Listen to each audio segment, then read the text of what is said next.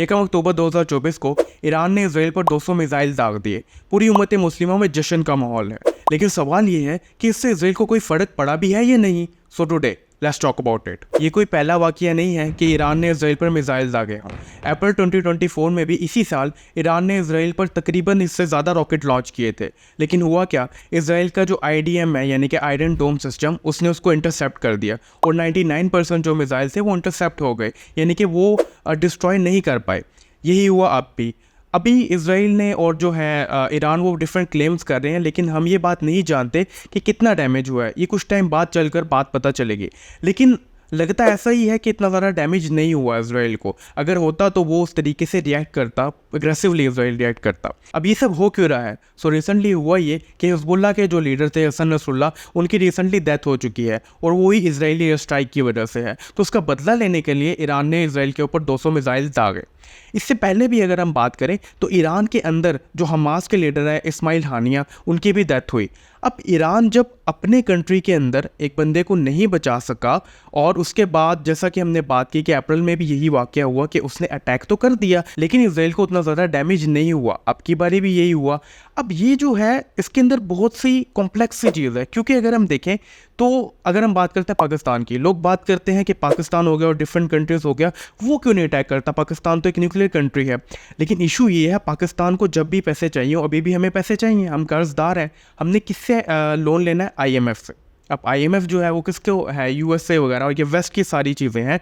तो हम उस तरीके से रिएक्ट नहीं कर सकते। जबकि अगर हम बात करें ईरान की, तो वो तो प्रॉपर उसके ऊपर पहले से सैंक्शंस लगी हुई है। जब इरानियन रेवोल्यूशन आया और सारे मसाइल हुए, उनके ऊपर हमने पहले भी बात की हुई है। तो उसके अंदर यही मसाइल हुए थे कि उसके ऊपर प्रॉपर सैंक्शन लग चुके थे। तो ईरान अब जो भी करे वो उसका क्या उखाड़ लेंगे, बेसिकली वो कुछ नहीं कर सकते। हम ज़्यादा से ज़्यादा क्या करेंगे? अटैक कर देंगे। अब ईरान के पास प्रॉपर ये चांस है कि वो अटैक कर सकता है प्रॉपरली, लेकिन वो क्या कर रहा है, कुछ मिसाइल दाग दिए और सारे खुश हो जाते हैं। हाँ, एक बात तो अच्छी है कि हाँ कोई तो है जो रिएक्ट कर रहा है, लेकिन वो इससे ज़्यादा भी रिएक्ट कर सकता है। उसके पास प्रॉपर आर्मी मौजूद है, वो इससे ज़्यादा भी रिएक्ट कर सकता है। लेकिन सिर्फ मिसाइल दाग देने से ही इसराइल को बहुत ज़्यादा डैमेज होगा? उसका जवाब है नहीं, क्योंकि जब इसराइल स्ट्राइक करने पर आता है, अभी रिसेंटली 23 सितंबर की बात है, इसराइल ने जब लेबनान पर अटैक किया तो तकरीबन 548 लोगों ने अपनी जान गंवाई। अगर हम बात करें लेबनान की हिस्ट्री की, जो 20 साल से उधर सिविल वॉर है, जितने भी टाइम से वॉर है, तो वहाँ पर एक दिन के अंदर इतनी ज़्यादा कैजुअलिटीज़ इसी एयर स्ट्राइक की वजह से हुई है। तो आप देख सकते हैं कि इसराइल जब एयर स्ट्राइक करता है इतना डैमेज होता है, और जब ईरान या डिफरेंट कंट्रीज़, हिजबुल्लाह ने भी किया, हमास ने भी अटैक किया, तो इसराइल को इतना ज़्यादा नुकसान नहीं हुआ। साथ ही साथ अगर हम बात करें कि ईरान ने इसराइल के किन इलाकों को निशाना बनाया, तो रिसेंट जो एयर स्ट्राइक थी उसके अंदर ईरान ने सेंट्रल और जो साउदर्न इसराइल था उसको अटैक निशाना बनाया। अब अगर हम बात करें सोशल मीडिया की, वहाँ पर डिफरेंट इमेजेस सर्कुलेट कर रही हैं, वो फेक है। उसके अंदर दिखाया हुआ है कि डेड बॉडीज पड़ी हुई हैं और इजरायली झंडा उनके ऊपर लिपटा हुआ है। वो कोई ऑथेंटिक नहीं है। अभी हम नहीं जानते क्या हुआ है। ईरान ने अपनी तरफ से क्लेम कर रहा है और जो इसराइल है वो अपनी तरफ से क्लेम कर रहा है। हम नहीं जानते कि क्या हुआ है। उसके बाद अगर हम बात करें कि हिजबुल्लाह के ऊपर जो उसने अटैक किया था, यानी कि जो ईरान कंटिन्यूसली अटैक कर रहा है हिजबुल्लाह के अंदर, उसके अंदर तकरीबन 1600 हिजबुल्लाह के जो ठिकाने थे उनके ऊपर हमला हुआ और बहुत सारे हिजबुल्लाह के लीडर्स ने अपनी जान गंवाई। और सबसे बढ़कर हसन नसरुल्लाह, जो कि हिजबुल्लाह को लीड कर रहे थे, वो भी अब इस दुनिया में नहीं रहे।